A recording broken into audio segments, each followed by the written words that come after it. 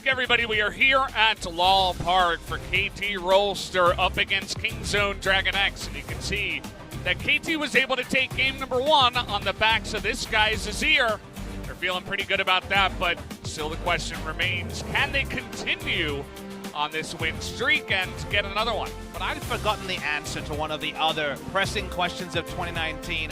What does BDD stand for? And we finally remember big damage dealer. He popped off on the Azir, and this one had a really big performance. If he can back it up, this is the time to snipe one of these teams that played at Rift Rivals. You've had the chance to prepare only for them. They were off doing all manner of things, taking a bow, going on an after party, preparing for Chinese teams. You've only been preparing for Kingzone Dragon X. Let's see if they can back it up, though. One win is going to be an eye-opener for Kingzone. What about the second game? Can they actually fight back? You can see that Hirai doesn't really like to, skate around the issue, skirt around it. He just goes straight up to Naehyun and gets in the replay room and says, here's what you did wrong, this, and this, and this, and this. And then he goes up to him on stage and gives a little pat on the back and says, let's hope you don't do that again. Naehyun definitely not one of his highlight games. He's been outstanding all split, but we'll have to wait and see what he can do here in game 2. Small point of order, though. Do remember that all 4 games that were played between LCK and LPL in that final day were on the blue side for the LCK teams. A lot of blue side play in that series, and now Kingzone's back on blue. They always chose blue side as well. Feel like KT had a good plan. Kingzone didn't have a lot of the tools they had available to them at Rift Rivals in that previous game. They will not be getting the Karthus anytime soon, but we'll see if something increases in priority in the first round. Maybe the Sylas or Sejuani will be picked up rather than allowed to be banned in the second round. You can see that KT Rolster, they're not changing up their bans at all. And that does mean stuff like Tahm Kench, Karma, Lux, all of that good stuff is still available. Will either of these teams go for it as, okay, another ban is going to skirt around those, and we will not get to see Talia here as well. And that means we'll get a very different first round. As like you mentioned, both sides of the Lux versus Yuumi matchup are up. Tahm Kench Sona is being threatened. What do KT want to play against? The Tahm Kench ban will be the safest ban here. You cover the most annoying stuff if you ban Tahm. But maybe you've got a strategy prepared. Again, KT have had a lot of time, and Nico going to be banned against Naehyun and Rascal. We're leaving it all open. The first pick Tahm is the expectation. Anything different? The Karma, we didn't even mention it, also open. So, Karma open, it is the slightly nerfed 10% slow off the Q Karma, but still seen as a very powerful pick.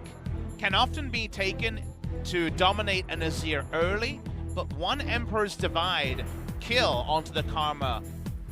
Sometimes that you just turn it around and start straight up winning on the Azir, and it means that BDD gets to remain on his faithful. Yeah, I definitely do like this. Don't change what's working for you, and it absolutely worked in game number 1. Fans there in the audience still cheering for him. We'll see if he can have another pop-off game.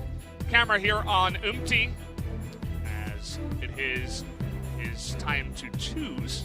But we'll see if they pick a jungler or something else. Lots of good picks still left available.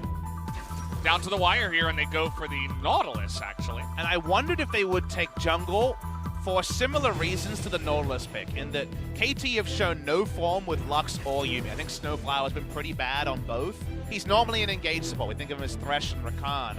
So Nautilus is that answer into specifically the Yuumi. So why not take something and have the Nautilus ready? Instead, they're just going to take the Nautilus and hope to see a pick from Kingzone Dragon X. Now, this is a matchup that's been played into Azir before.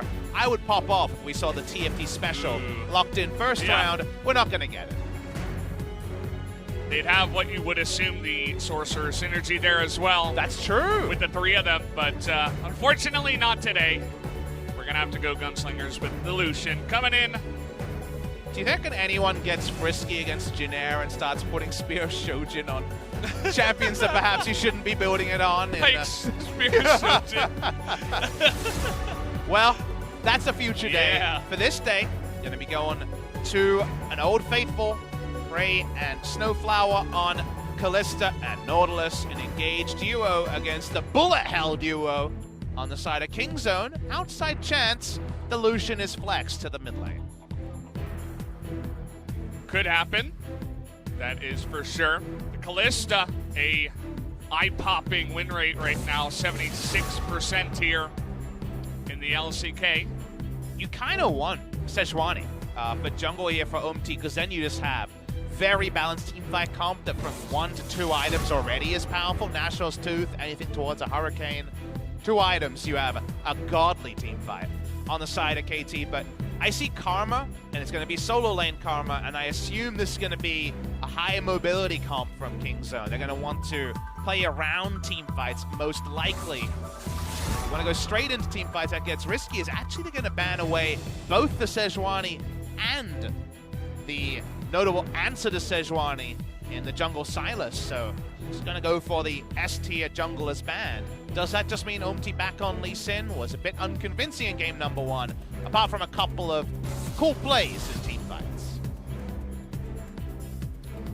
C&J's ban here out of Kingzone gave them a lot of trouble. A little bit later on means that maybe they want to play something that's not so good into the Jays. The Lee Sin kind of saw that one coming as UmTi. Not the cleanest game, but definitely a champion that he adores and plays quite a lot of. I think Kingzone would benefit from going 3-lane, but I could see them also just jamming Kled and going hard engage against a teamfight comp, which I think is very risky with what KT have already put together. So the last pick here, where is the Karma going, mid or top, is the query we're on. So far this comp is balanced, can play around side lanes. They don't have to do anything. They do pick a side laner, but it's not necessarily one of the strongest laning phases. A very decent one. It's the Kennen that's been on the losing side recently. So it's a comp that definitely doesn't always function reliably. Like, it feels like Kingzone have one of those comps that can be claimed to be a no damage comp. KT have a team fighting comp, and we already talked about how 1-2 item was looking strong. 3+ items could be very powerful if they do go the way of the Vlad, but they're actually going to go Victor and target Kennen in the laning phase, rather than trying to go Vladimir and double down on teamfight.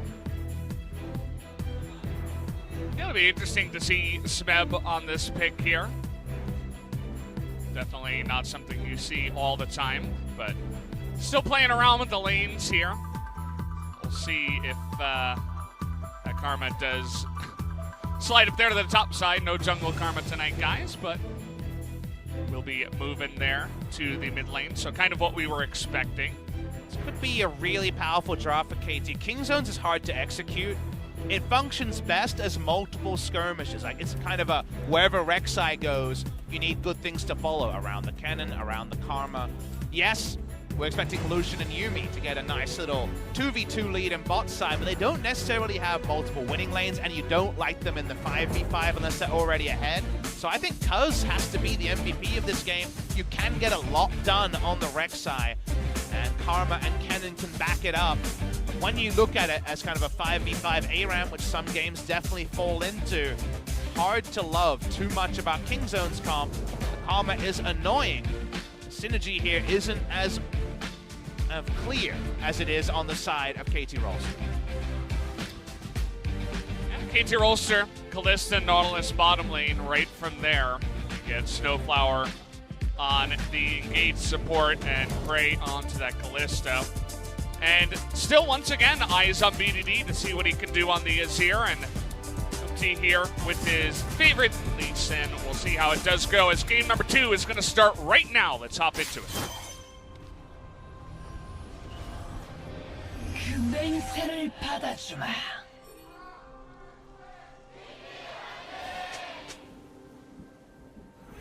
Kingzone fans might have been a bit too much on the soju at the after party, because they are very quiet today. Sad to hear. They usually got a massive fan base. The good old 3-day hangover. Hey, we've all been there, right? It's not just me. I found that when I got older, it turned from 1 day to sometimes 2. Yeah. You know how it leaks into the next morning? You're like, ugh, what's going on? You did the thing where, if you read between the lines, you're calling me even older. So thanks for that, by the way. KT. I mean, I just hadn't heard of a 3-day one before, but... you haven't heard of a Rift Rivals after party then, apparently. Oh, boy. But Rift Rivals hangover on display in game number 1 from Kingzone. But I want to... This draft is definitely one that doesn't leap off the page for Kingzone. But I would say their draft against IG, we were very clear, is that was the sort of draft where lost at draft would have been the post-game threat analysis on it. You look at Kingzone's draft, it has a strong, powerful 2v2 on the bot side. Karma can have priority on Azir, but it can go wrong with a gank. I think Karma's kind of like top lane Jason to a lot of matchups in this particular matchup. And KT just straight up have priority in the Victor lane up top after kind of level 2-3. But Kingzone were able to win with that draft against IG by playing smarter, by being aggressive around what their jungler could do, which was the Karthus in that game. So we're going to have to remain unconvinced for now, especially after a very awkward game number 1 from Kingzone. But they're the sort of team that can pilot these drafts that look wonky on paper, that have a lot of asterisks, because when they're playing on form, they are one of the best in Korea. After that game 1, not 100% sure what to expect. We're kind of hoping that they, shake their head and say, okay, wait, let's wake up now. We don't want to drop a series here to the team in 9th place currently. The X is on the Victor top and the Karma mid. Both these champions really nice in the laning phase with flash up, flash goes down, and suddenly they find it very hard to lane, especially Victor in top lane, right? We've seen this matchup on the international stage multiple times. We had it at Worlds last year. It's a swingy matchup. Victor wins the matchup early because when he pushes and harasses with one ability, his E, the cannon can only auto attack. So he does actually have winning trades more often than not, whether it's the Q for the power transfer or the E. But with flash down, is quite immobile on the top side. See that Cuzz was going for the pseudo full clear. He is going to be right on time for that Rift Herald. Or not the Rift Herald, the Rift Scuttler. No Shelly just yet. We need to wait 6.5 minutes for that one. As he's even going for a little bit of an invade now, looking for the Gromp, as he saw the timing of the Lee Sin on the ward there at the Raptors and said, hey, there's no way he was able to do the Gromp at this time. Playing around priority, like we mentioned. Cuzz is good with his lanes in this particular regard. I want to mention that Rascal went Unsealed Spellbook on the cannon rather than any sort of damage rune. I think this is actually smart because you go level 6 minutes in, you just swap your teleport for an ignite, and then you're basically threatening a jungler gank at all times, right? And all in that Victor finds it much harder to deal with than the standard range trades in the laning phase. Like Ornn. Yeah, exactly. The Ornn solo kills were real, right? Yeah. Even into the Jace matchup, more often than not. The solo kills harder, but the lane pressure will be there, and if you don't have an ignite, you do just lose out on trades increasingly when first Hex Core piece is picked off. So I actually like it here because you're not going to be winning trades early anyway, so airy little oomph isn't going to matter. But it does give you options. The game goes on, and Cuzz also going into, not the Conqueror that you'll see sometimes from the Rex side, Hail of Blades, most early presence. He is the champion who has the ability to swing some lanes that are kind of potentially swingable. There are snowball lanes on both sides. And you may be happy to see Deft back on the Lucian if you were watching Rift Rivals. Had a huge pop-off moment that time around. KT has 5 stopwatches. This 8.1, we're back to 5 stopwatches. Yeah. Wow, that's a lot of stopwatches. All of them from the perfect timing rune. People have been moving away from utility tree a little bit recently after the boost nerf and things like that, but that is against like something like Karthus, you might understand it, but kind of a surprising choice against Kingzone's lineup.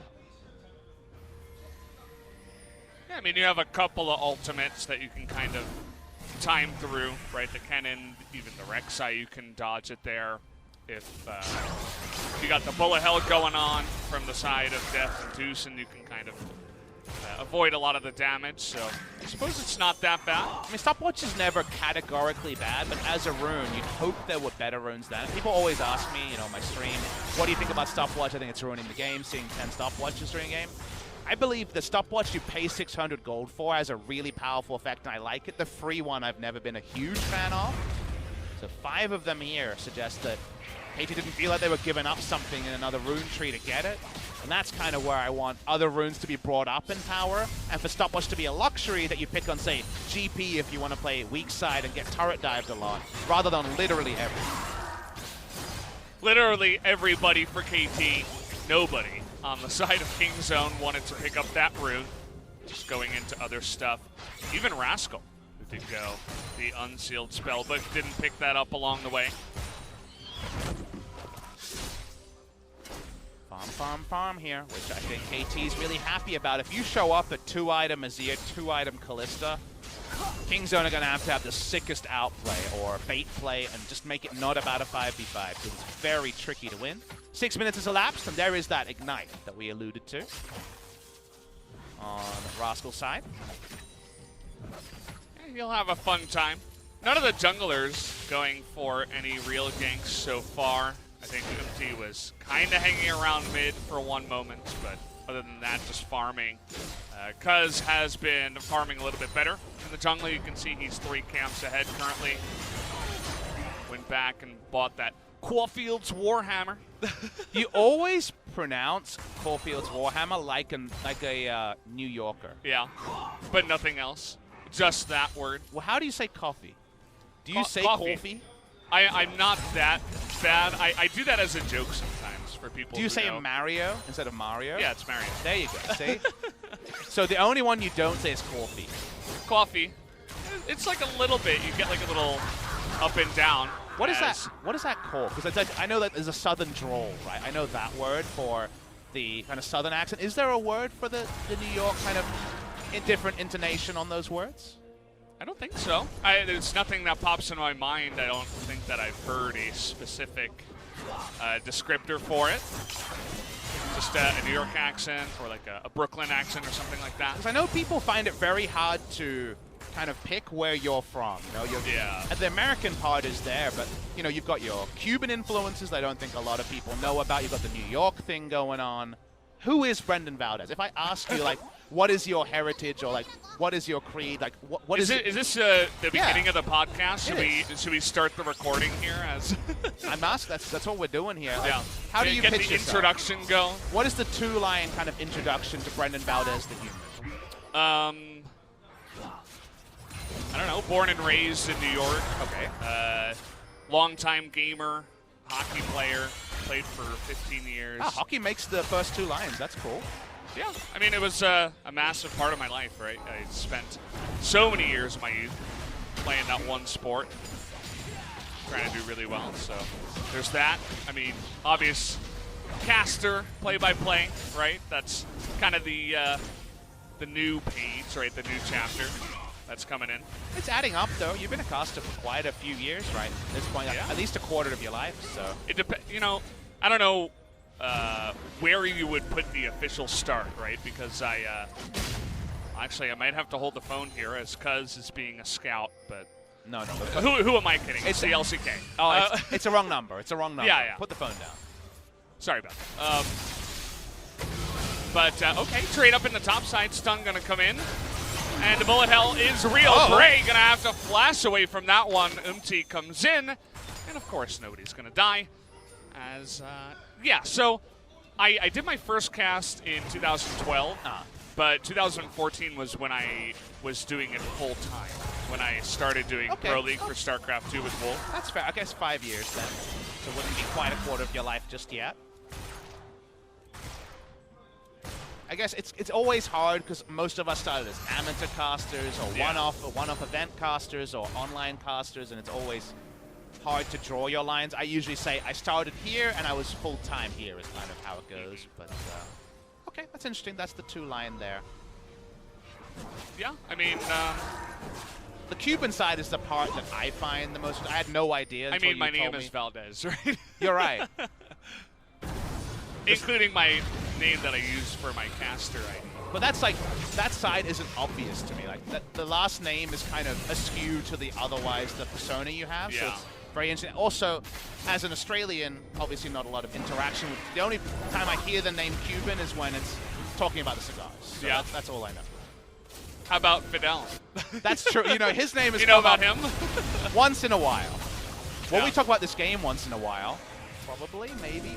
And this is gonna be our best chance yet. As Deft Okay. coming in, and a huge ultimate here from Rascal, getting the fight started, but UmTi trying to kick Deft in, but Kingzone super far ahead in this fight and nowhere for Smeb to hide.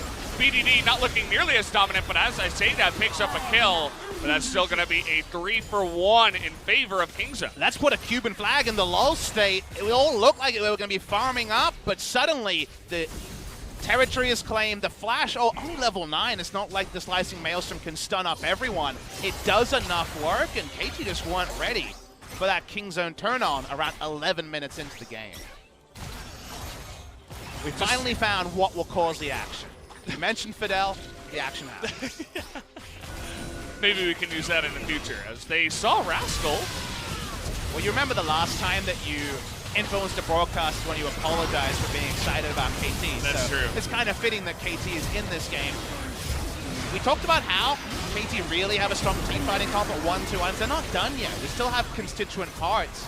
And that's why Kingzone chose a timing where the big shields coming through from the Karma are still relevant. It's a cheap first item. The Athene's done from the Karma. And it gets a nice lead here for Kingzone before KT Rolster's really team fight ready. That is a Monka-S big bar up there in the top side for Rascal as a cool 45 damage. What do you reckon that was? That Yumi did more damage. I'm guessing that was a piercing light. That doesn't do a lot of damage. It would have had to be, right? Does the enemy have any shield? I guess he could have hit some damage into SnowFlower's shield. That doesn't register as damage to champions, but that's not a lot of damage. He used the culling, though. Well, it was the dulling this time. Kind of like this dulling. early game. But what do you prefer? Game number 1, where there was a lot of mistakes, but not necessarily lots of... Because obviously everyone wants kill a minute, but game number 1 had more action, but a lot of mistakes. This time we're just getting one cool play, and maybe a second. You never know. I mean, if I won a game 1, I would just watch NA, so... I don't need to, you know, we got a reason for that. As Kingzone now are just making it look like they're ripped. They're getting the bottom side, where they do have this priority also. Drake is going to go their way. The Ocean Drake going to be pretty nice. But BDD still trying his hardest to carry. He's got the 1 kill and is also pushing the mid lane. Still trying to be the dominant force you can be on the Rex side early game. It's allowing the turret plates to go down. Will they be able to snipe out the 4th? Deft's going to greed for it, knowing Cuzz is here, but BDD aware of Cuzz's influence. However, it's post-turret plate. That's just some sweet gold into the pockets of Deft, who will have his first item, Essence Reaver, on next back.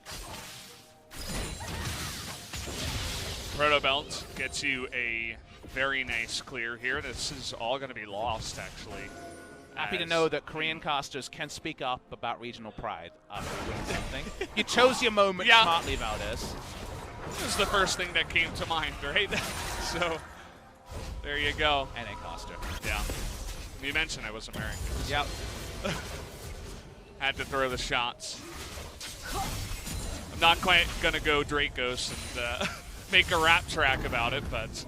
Who knows, maybe someday. I remember Crumbs, you remember he was talking about making a band out here? Crumbs very serious about making a band when he was over here as your co-caster in 2017 summer. Related to that, who would be our rap representative? Who do we send of our group of 4? I feel like none of us fit the bill. Maybe like, you send me, close. Ironically. Maybe I go there because I'm the last person you would expect. Drop the beats, but I agree. I don't know, maybe Atlas? Maybe? He could go for like a kind of ethnic Aussie kind of thing, even though he doesn't actually come from that background. He could try to Aussie it up. He'd probably have to get censored a lot if it was an NA broadcast, though. I think, no, he'd just have to be the bass guitarist, though. Like, right? He never call someone the bass guitarist. No, I mean, he just fits the bill really well. It's not an insult or anything like that. No, it is an insult. I feel like he would just look really cool playing the bass guitar. Has anyone ever been complimented by or being the drummer? A bass okay, guitarist? he could be the drummer. That's actually. much better. The drummer, yeah. You're the bass guitarist of our casting crew, Brendan Valdez. Hey, don't say that.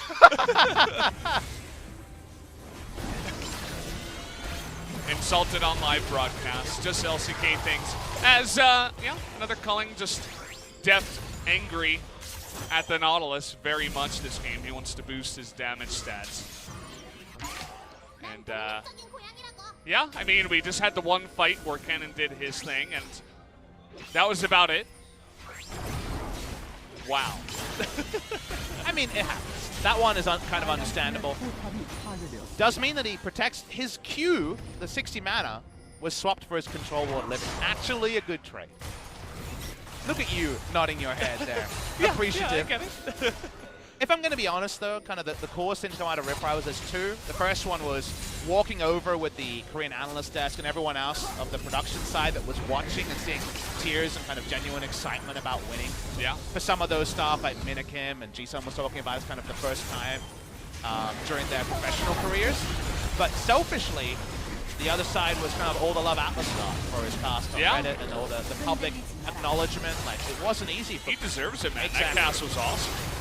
And been doing a fantastic job here for a long time. And that's the thing. Like, he's been a pro caster. You know, he signed his first full-time casting in 2014. He was casting before then, so that was the first time he really got recognized, and it was something I love to see because there was a lot of love for me last year, but it was a lot of Papa and his co-cast, right? Yeah, It's so great to see. You couldn't tell the difference between us. And now people can. Yeah. And it's weird they couldn't because they had an Aussie and a Caulfield American over here. Caulfield's war. But I love seeing, you know, everyone recognized for their unique contribution. Everyone, including you and LS, has gotten their props. We're a team out here. You know, it's not a one-man show, so it's really nice to see that side. So selfishly, Absolutely. even though that's not actually like directly related to the On the Rift action, it was The year of the LCK, perhaps, last year. Papa getting the gigantic praise. And, I mean, you were casting 6 days a week.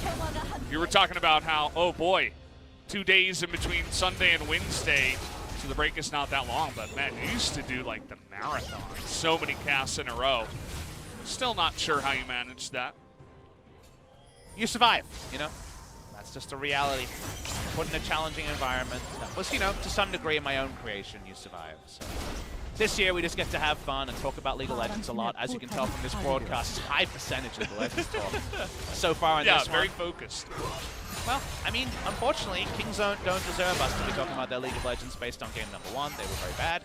This one's been a bit more solid from them, but is it enough when those cool items we were alluding to are starting to be put together? We're getting real aggressive. Okay, well, 3 members under the turret. Don't even need to ult him. Very clean. Just has to flash underneath, and Smeb not able to react in time. Karma turret dives. I like that they're using the Karma shielding and also the Yuumi detachment to get good plays. They're keeping the map split. We talked about no 5v5s allowed.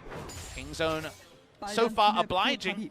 More gold, more of a separated map, and KT already are going to start to say, where can we get that fight we drafted for? If Kingzone can keep running them around, it'll be just like that win over IG, where they had a comp that had many ways they could lose, but they found a couple of ways that they would win.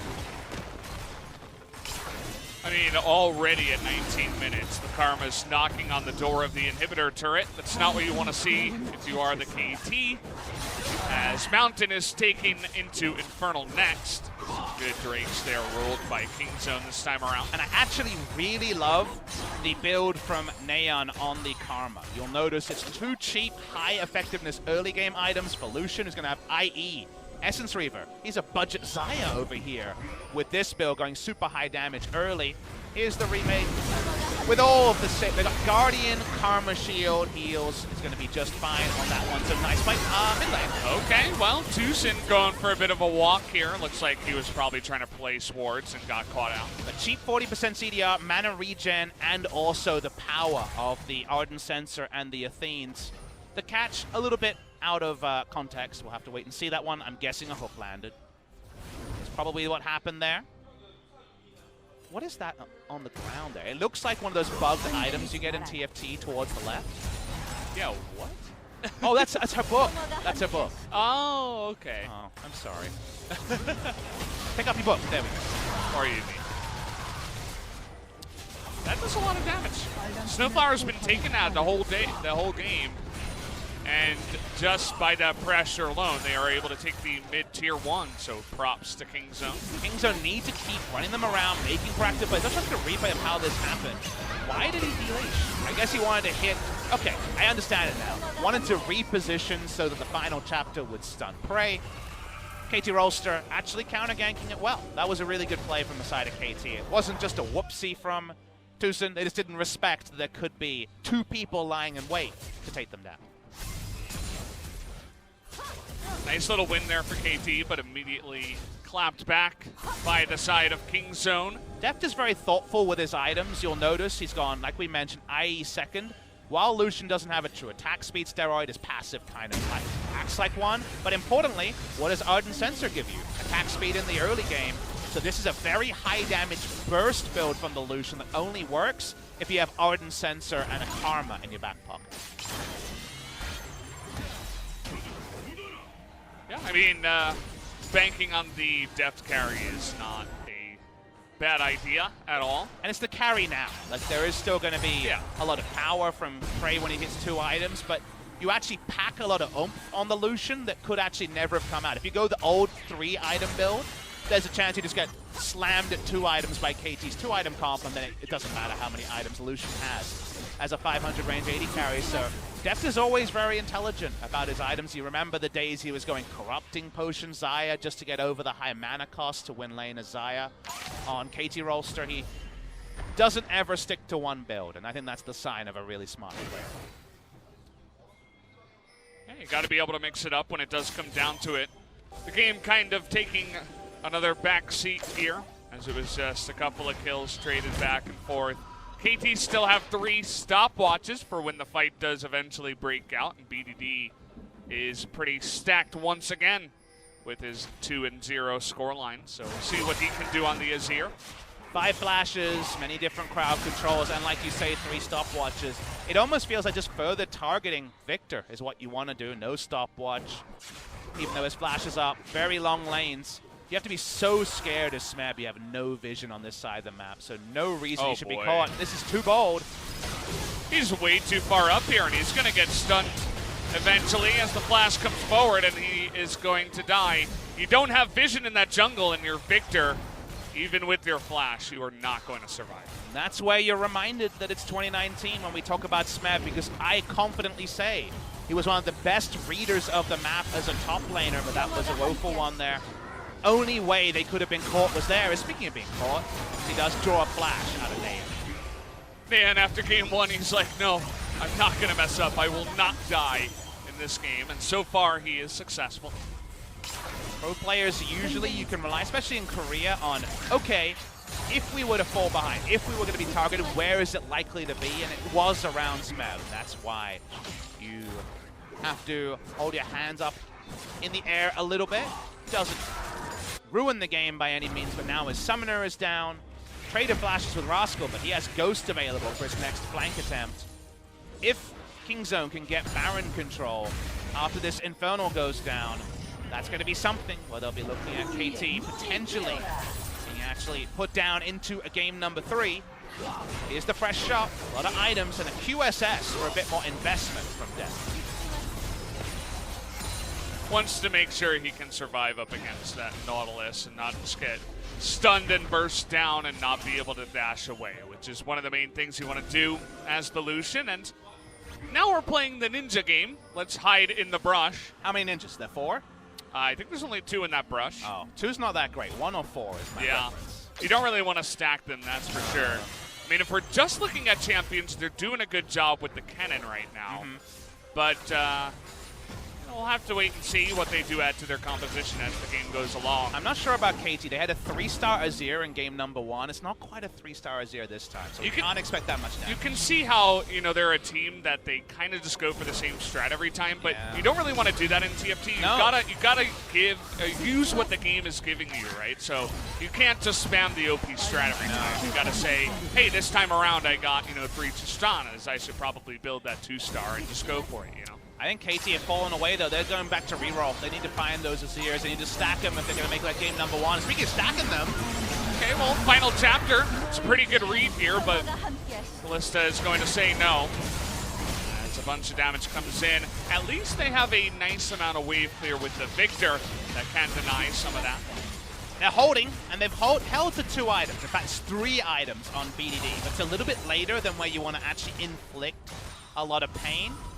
So now, if Kingzone just keep going 3 lanes, because it's KT, you know, our 9th place team, I think Kingzone is gonna, if they want to play it out smartly and to their draft, keep playing 3 lanes and wait for a mistake is actually a viable way to go, because in the side lanes, people like Karma are very, very oppressive.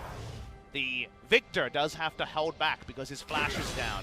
Playing at 3 lane here is probably the way to go, but KT will just say, keep your wits around you, wait, 1 team fight, and we can turn this one around.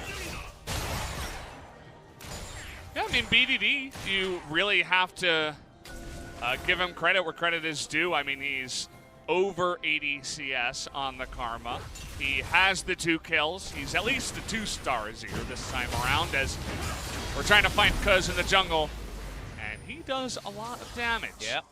BDD is not messing around. If he can get the big engage and a masterful play, could actually turn it around. How do you deal with this frustrating scenario? You return to the essence of 4-1. Jam the control wards down. Azir and Kalista, great Baron takers, secure, available with the Smite and Ren combo, and you make Kingzone come to you. But if you can't push out your lanes first, maybe you lose inhibitors like we saw in game number 1 from the KT side. So the shoe is on the other foot a little bit in this game number 2.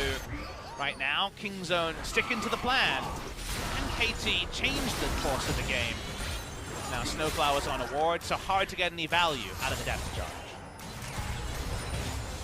All the pings in the top side as everybody's warning Naehyun, you don't want to go down, but a nice amount of vision. The Scuttle Crab just to see KT moving on the map. Goes down. This is a window for KT to try a Baron, but they're not feeling confident to do it just yet. He's Smeb backing. Wonder if he's going to actually build further magic resist or just a QSS. Wait and see what his decision is. Banshee Veil, I guess, would be very nice in this game. Doesn't help you against Lucian, but gotta choose your battles. I was just staring at his items, and I was like, why is he not buying? What's going on? And it's because he stayed in the bottom lane, didn't back yet. So still gotta wait on that one to see which items he will pick up. It's a huge CS lead in mid lane, 2 games in a row, right? BDD massively ahead, partly because Naehyun has been running around buffing people, partly because in the laning phase, after the few first early levels, Azir actually does really, really well into the Karma over time. Karma has gone for power now, didn't go full AP. We had players like Crown that would definitely change between just full AP mute Karma and also indexing into the buffing items. The buffing items get a lot, and in terms of Drakes, they've done that, but no first Baron just yet. They can take a second Infernal, though. And there's a real chance that in Deft we trust. He's gone Bloodthirster here as his 3rd item. We very rarely see Bloodthirster before a Zeal item, Valdez, but he understands he's going to be taking chip damage from the side of the Victor and the Azir in particular, and he wants to be able to frontline, so it's kind of like he's got a Kalista build of sorts going on himself.